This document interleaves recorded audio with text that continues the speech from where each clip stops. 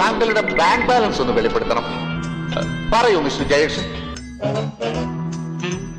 എന്നെ ഇട്ടുമൂടാനുള്ള പണം ഞാനങ്ങ് ദുബായിൽ ഉണ്ടാക്കി വെച്ചിട്ടുണ്ട്. എല്ലാം വിധിയുടെ വിളയാട്ടം. Rich man costly breakfast. എല്ലാവർക്കും എന്റെ വക ഒരു 100 രൂപ വെച്ച് കൊടുത്തേക്ക്. തന്റെ കയ്യിലുണ്ടെന്ന് തന്നെ കണ്ടാലറിയാം. റിച്ച് ലുക്ക് ഉണ്ടെന്നേ ഉള്ളൂ, പൈസ അത്രയില്ല.